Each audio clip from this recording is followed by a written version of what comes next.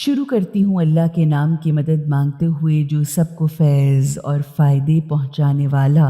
बेहद मुसलसल रहम करने वाला है। कसम है फुनकारे मारते हुए सरपट दौड़ने वाले घोड़ों की, जो टापे मार मार कर पत्थरों से चिंगारियां निकालते हैं, फिर सुबह सवेरे हक के दुश्मनों पर छापे मारते हैं, फिर उसी हालत में गर्दो गुबार उड़ाते हैं और फिर हक के दुश्मनों या जालिमों के मजमा के अंदर जा घुसते हैं। हकीकत यह है कि इंसान अपने पालने वाले मालिक का बड़ा नाशुक्रा है और वाक़िन वो खुद इस बात पर गवाह है, यानी उसका ज़मीर, उसके आमाल और ज़बान सब उसकी नाशुक्री पर उसके गवाह हैं। और ये सब इसलिए है कि हकीकतन वो माल और दौलत की मोहब्बत में बहुत बुरी तरह गिरफ्तार है। तो क्या वो उस वक्त को नहीं जानता कि जब कब्रों में जो कुछ भी दफन है उसे निकाल लिया जाएगा और सीना में जो कुछ छुपा हुआ है उसे हासिल कर लिया जाएगा।